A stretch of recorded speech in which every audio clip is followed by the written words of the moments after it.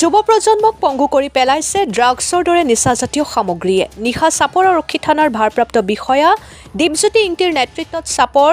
শিঙাৰ পাৰ্কৰ ছানিদুল ইছলামৰ ঘৰত অভিযান চলাই নিচাজাতীয় ৪,১০০টা টেবলেট আৰু ৫৭টা কফ চিৰাপ জব্দ কৰিবলৈ সক্ষম হয়। এইজন ছানিদুল ইছলামে দীৰ্ঘদিন ধৰি চাপৰ অঞ্চলত ড্ৰাগছৰ ৰমৰমীয়া ব্যৱসায় চলাই আছিল। ঘটনা সংক্ৰান্তত আৰক্ষীৰ তদন্ত অব্যাহত। চাপৰৰ পৰা আলী আকবৰৰ ৰিপৰ্ট, অৰুণোদয় আছাম।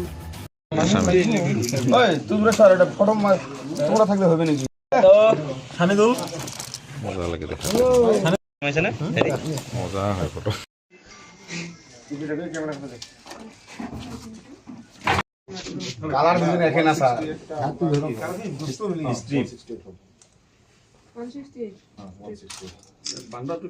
এক সেকেন্ড স্যার রাখো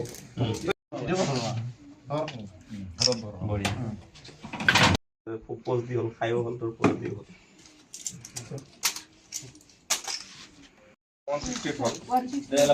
168 কি মানটা স্যার বাক্স লাগাই সব 24 আর 168 হ্যালো কি ছিল হ্যাঁ কি ছিল কি পাইছে টেবলেট কিমান পাইছে মানে আজি দি গৈছে এজনে দি গৈছে মই ঘৰতে না আছিল না আপোনাৰ ঘৰৰ পৰা পাইছে না হ্যাঁ ঘৰৰ পৰা পাইছে ক'ৰ পৰা আনিছিলে এইবিলাক মই আনা নাই দি গৈছে তুমি কালি বিলাসী পাৰা নিয়ে যাব দি গৈছে আপুনি ক'ত বিক্ৰী কৰে এইবিলাক মই বিক্ৰী নকৰোঁ মই ৰাখিছিলোঁ কালি মোক ৫,০০০ টকা দিব সেইকাৰণে মই ৰাখিছিলোঁ কালি লৈ যাব কিমান পাইছে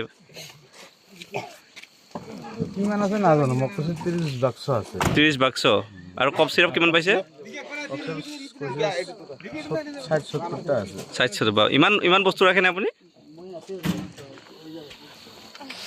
কৈছে মোক ৫,০০০ টকা দিব কালি বিলাসী পাৰা নিয়ে যাব